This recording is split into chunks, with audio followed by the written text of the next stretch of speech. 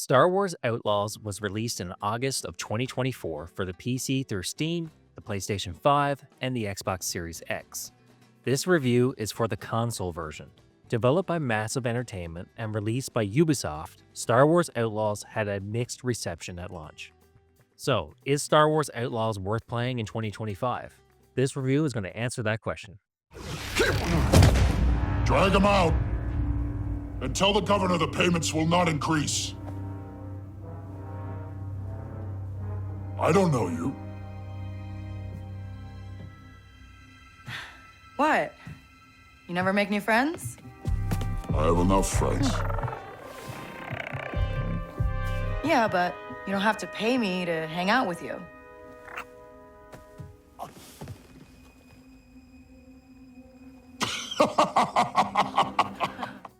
Okay, so what kind of game do you get when you take Assassin's Creed, set it in the Star Wars universe, and give it a plot from Ocean's 11?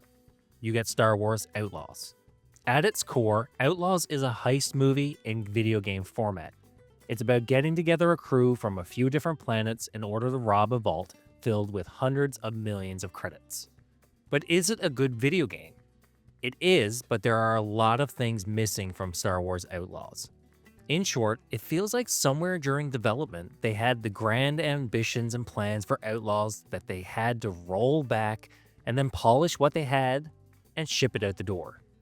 And nowhere is that more obvious than with the technicals.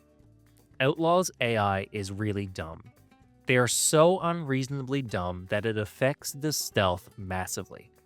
A lot of the gameplay revolves around these stealth mechanics, sneaking into bases and areas without getting caught. Stealth requires reasonable AI, otherwise it just feels like the enemy should obviously react to you or see you. Stealth always needs rules, that way you can work within them to sneak around.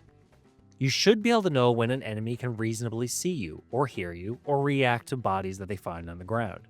Sometimes the enemies can't spot you, even when you're walking right out in the open. Other times they have supervision and can find you behind walls and crates. They won't react to a body on the ground as they walk past, but there are times when you punch somebody in the face and their comrades 3 rooms over are aware of it and the entire base comes after you. Once the AI does become aware of you, they rush at you in mindless waves, barely taking any cover, until they randomly lose interest in you and just walk around in circles as the icons over their heads slowly fade away. Aside from the brain-dead AI, there are a few other bugs and glitches. There are those classic get stuck in walls, clip through objects, can't trigger dialogue, or interact with objects unless you leave the area and come back. All those stuff you would expect from an open world Ubisoft Assassin's Creed style game. However, the frame rate is pretty good. It stayed at a consistent 60 FPS on performance mode and 30 on quality. There is a noticeable difference between the two options graphically, with the quality mode having less tearing and better hair quality on the characters, while performance mode has that smeary, blurry effect to keep things reasonable, especially when you're traveling quickly through the open world. Either mode is fine for playing through the game, although I went with performance mode for the added FPS. Moving on to the graphics themselves, Outlaws looks pretty good. The open worlds are distinct from each other, the landscapes are detailed, and the character models are outstanding. The mocap, or whatever technique they used, made for very good performances, but there was also a stiffness in the models' faces that could be odd at times. Especially Kay, the main character. Her face sometimes didn't emote a lot, giving her a strange look during some of the more emotional scenes. You can probably see it for yourself in the few clips that I'm showing now.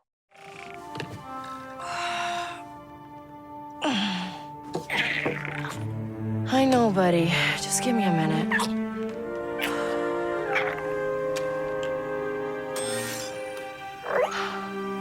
This'll work, right?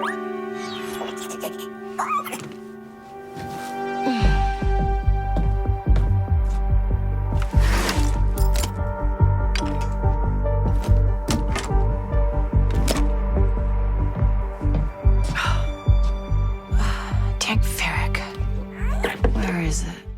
Okay, let's go on to the story. Like I said, Outlaws is a heist movie set in the Star Wars universe with Assassin's Creed gameplay.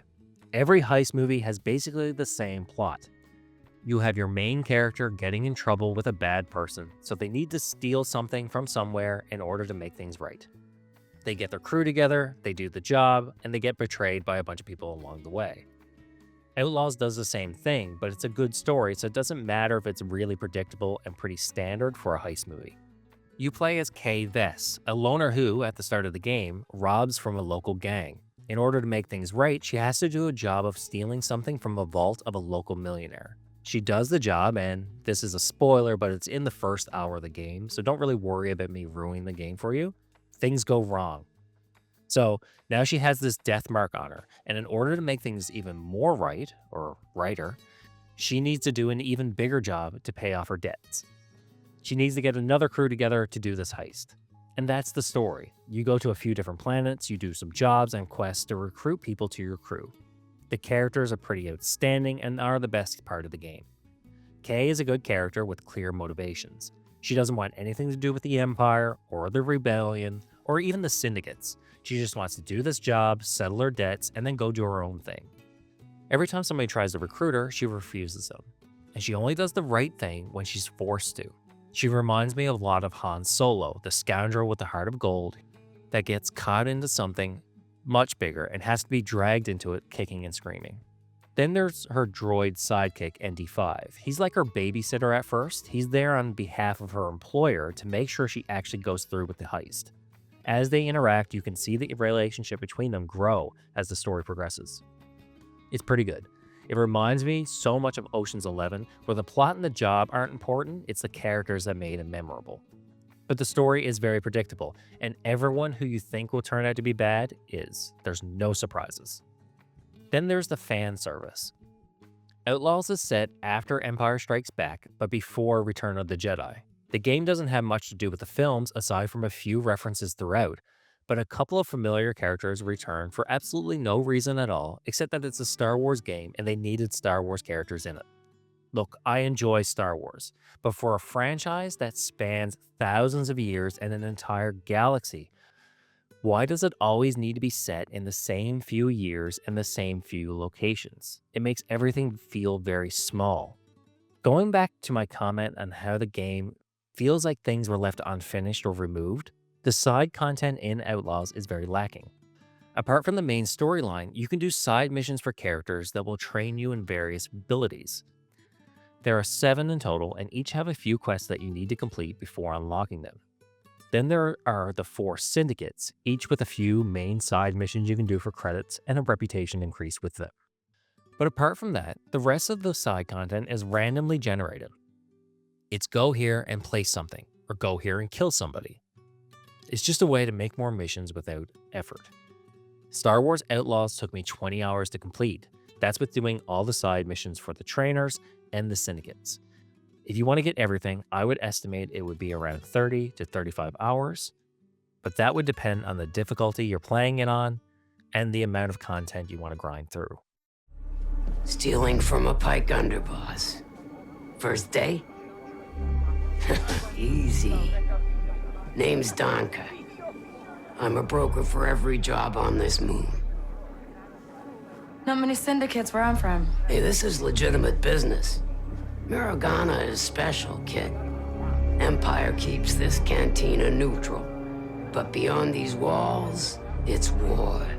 You want to survive? Know the players. Look there. The Pikes have the most say, thanks to Gorak. Cutthroat, political. They pay up to play favorites with the Empire. Then, Crimson Dawn. Hungry for Gorak's kingdom. Crafty, sneaky. Unlike the Hutts. With them, what you see is what you get. Let's move over to the gameplay of Outlaws. It's Assassin's Creed, so you know how to play it. It's from the developers that made The Division and The Division 2, with a similar gameplay. Like I talked about earlier, stealth is a major part of this game, and thankfully, the developers have removed the fail missions when spotted from Outlaws post-release. I hate that they had it in there in the first place, since janky stealth mechanics resulting in failing a mission is torturous. Apart from the stealth, you have combat where the AI rushes at you and you shoot your gun at them. You have a few different options for your weapon, with a regular blaster, an ion blaster that's good against shields and droids, and a heavy blaster that charges or shoots hard. Shooting your gun heats it up, requiring a cooldown period before you can use it again. Kay herself is a glass cannon, and you can only take a few hits before you die. This is a way to encourage you to sneak through levels rather than fighting. You can pick up weapons from enemies and the environment, all the classic Star Wars weapons that you would expect.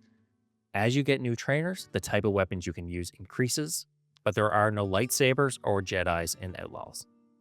The combat is okay, but the game could really have used better cover mechanics. You can crouch and fire from behind items, but it's not designed for it. A Gears of War type system would have worked better, especially when you fight dozens of stormtroopers, all with perfect aim, and you can only take a few hits.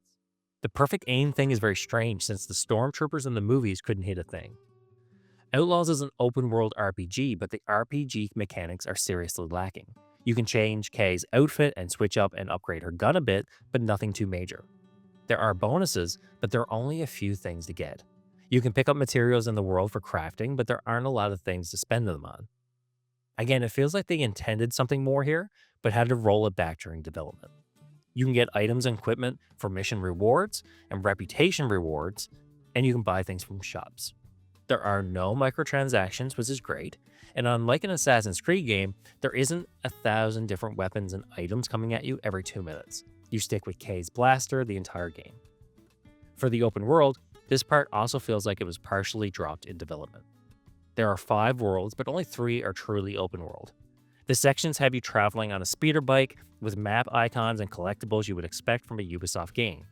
But despite being somewhat large, they are very empty. The world contains towns with barely anyone in them, and buildings that can't be entered.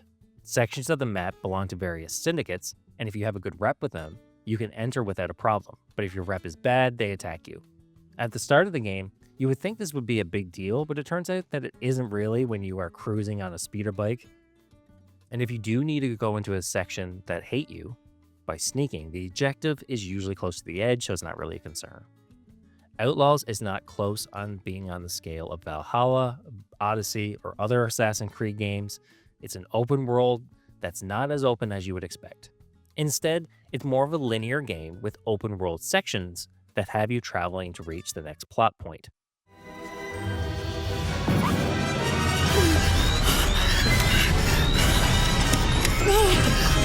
We're okay. We're okay.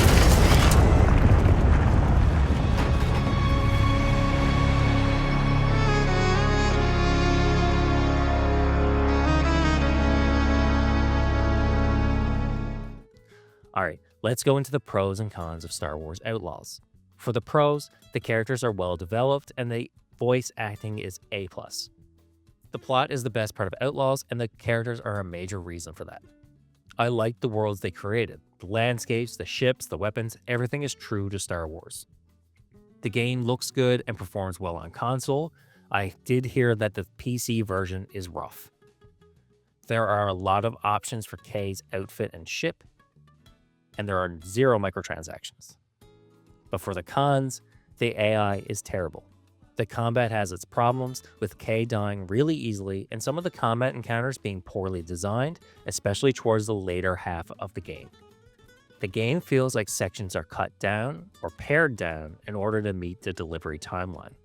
Some of the minigames, like Sabacc and the data spike, where you need to match the timing of a light to open up a chest or door, can be very annoying. Sabacc is very easy, and the data spike is hard at times.